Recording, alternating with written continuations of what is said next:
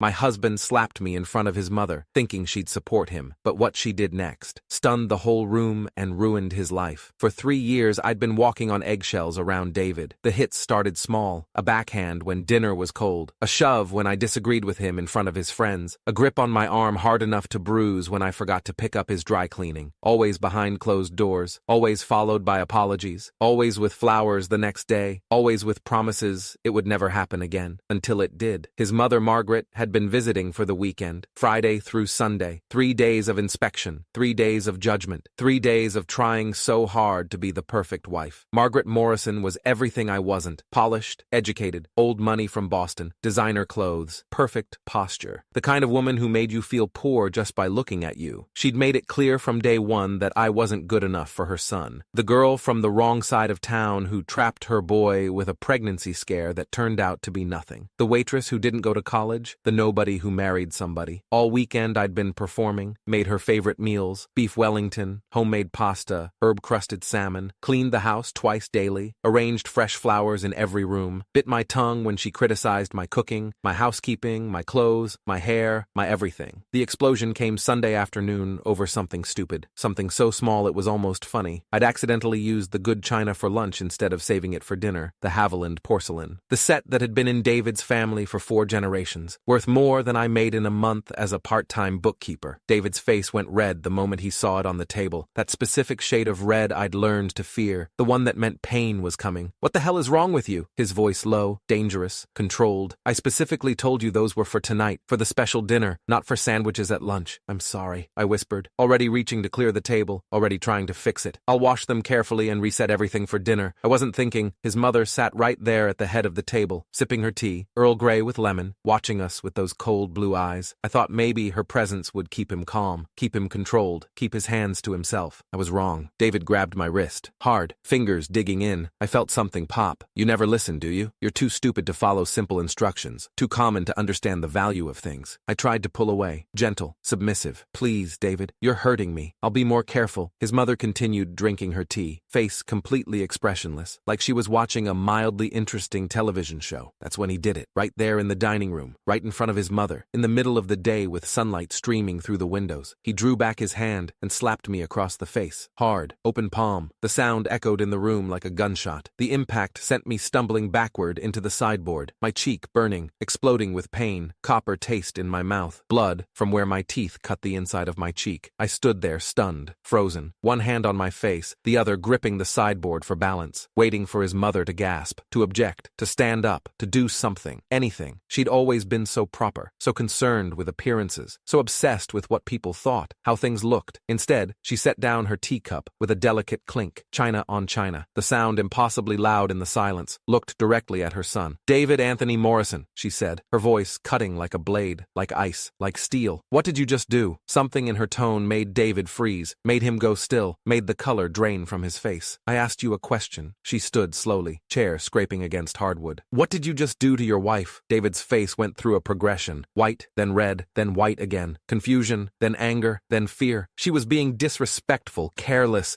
She needs to learn to follow instructions, to listen when I tell her something. You saw, she used the Haviland for lunch, after I specifically—" "I don't care about the china." Margaret's voice remained perfectly level, perfectly calm, which somehow made it more terrifying. "I asked what you just did. She needed to be corrected. You struck your wife, in my presence, in your home, in broad daylight." David straightened, defensive now. "She's my wife. This is between us. You don't understand how difficult she can be, how she never listens, how she—" His mother stood up, slowly, deliberately. She was a small woman, barely 5'4", slim, elegant, but somehow she filled the entire space, dominated the entire room. The look on her face was something I'd never seen before. Not in 3 years of judgment and criticism, not anger exactly, something colder, more dangerous, more final. "Sit down," she said quietly. David hesitated, then sat, like a scolded child. Margaret walked over to me, each step deliberate, measured, her heels clicking on the hardwood. She examined my face, gentle fingers on my burning cheek, on my split lip, professional, clinical. "How long has this been happening?" I couldn't answer, too scared, too confused, too shocked by this sudden shift. "How long?" Not a question, a command. 3 years, I whispered, voice breaking. "Since 6 months after we got married." She nodded slowly, like this confirmed something, like she'd suspected, like she'd been waiting. Then she turned back to her son. "Do you know who Rebecca was?" David blinked, confused. "What? Who?" "Rebecca Rebecca Chen, my college roommate. Do you know who she was? No, I don't know what. She married a man like you. Margaret's voice was perfectly calm, perfectly controlled, like she was discussing the weather. Charming, successful, handsome, from a good family, Georgetown educated, law degree, partner track at his firm. The room went completely silent. Even the house seemed to hold its breath. He hit her, not often at first, just when she deserved it, just when she needed to learn a lesson, just when she was difficult or disrespectful or careless. Margaret walked to her purse, the expensive leather one, Hermes. She'd told me the price once to make me feel poor. I didn't know, not for years, not until it was too late. She never told me. She was too ashamed, too afraid, too convinced it was somehow her fault, that she'd provoked him, that she deserved it. She pulled something out, a leather folder, legal size. Rebecca died on a Tuesday morning, October 14th, 1987. Her husband pushed her down the stairs during an argument about burnt toast. She hit her head on the marble floor, fractured skull, brain hemorrhage. She was 32 years old. My hands started shaking. David had gone completely still. I went to the funeral. I saw the closed casket. I met her mother who could barely stand, her father who looked like he'd aged 20 years overnight, her little sister who was only 15. Margaret opened the folder. I swore on her grave that day that I would never let it happen again, that I would never miss the signs, never ignore what was right in front of me, never be complicit through silence. She laid papers on the table, photographs, dozens of them, me with a black eye last Christmas, a split lip from Easter, bruises on my arms from July, a swollen wrist from September, my neck with finger marks from last month. I've been documenting everything for 2 years, Margaret said, each word precise, each word deliberate. Every visit, every mark I saw, every excuse you made, every time you wore long sleeves in summer, every time you flinched when he moved too fast, every lie about falling downstairs or walking into doors. David stood up fast, chair clattering. Mother, you don't understand. She provokes me. She makes me lose control. If she would just sit down. He sat. I understand perfectly. Margaret's voice went even colder. You're just like him, just like Richard Chen.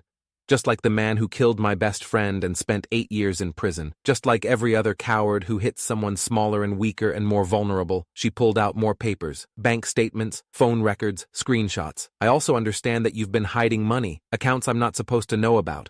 Transfers to private investments, cash withdrawals that don't appear in your shared accounts. David's face drained of all color, all blood, gone white as paper. Text messages with Melissa from your office, your associate. 2 years of messages. Hotel receipts, dinner receipts, a second apartment in Arlington I wasn't supposed to discover. She looked at me, her expression softening for the first time. Softening. Actually showing something like compassion. Evidence of financial abuse, controlling the money, making her ask for grocery money, checking receipts, criticizing purchases, making her account for every dollar while you spend freely. More evidence. Emotional abuse, calling her stupid, worthless, ugly, too fat, too thin, too loud, too quiet, never good enough, never right, never acceptable. Pulled out her phone, set it on the table. Planning to increase your wife's life insurance policy from $100,000 to $500,000, while also planning a hiking trip to that difficult trail in the Blue Ridge Mountains, the one with the dangerous cliffs, the one where people have fallen, the one you've been researching online for 3 months. David lunged toward her, aggressive. That's when Margaret did something I never expected, something I would replay in my mind 1,000 times. She reached into her purse, calm, controlled, smooth, professional grade, law enforcement grade, at her son's face, finger on the trigger. I've been waiting for an excuse. Excellent lawyers. Self-defense is very easy to prove, especially with witnesses, especially with recordings. David froze mid-lunge, mid-attack, stopped completely. Recordings, plural. My phone has been recording this entire conversation. Confession. Everything. Extended her hand. You're leaving with me today, right now. I have everything we need to destroy him. Legally, financially, completely. I have lawyers, I have a safe house, I have protection, I have evidence. I already have. Restraining order filed Friday. Divorce papers prepared. Criminal complaint ready. Assets frozen as of this morning. The firm have been notified. Your father has been notified. Everyone who matters has been notified. Coming in gasps, face in his hands, turned to me. Hand still extended. Steady, strong. Question is, are you ready to leave? Ready to be safe? Ready to be free? At her hand. Manicured. Perfect. Steady as a rock. Then at David, broken, crying, pathetic, then back at the woman who'd spent 3 years making me feel worthless, making me feel small, making me feel never good enough. The woman who'd been secretly saving my life, documenting everything, building a case, waiting for the right moment. Her hand, her grip was strong, secure, safe, and everything changed.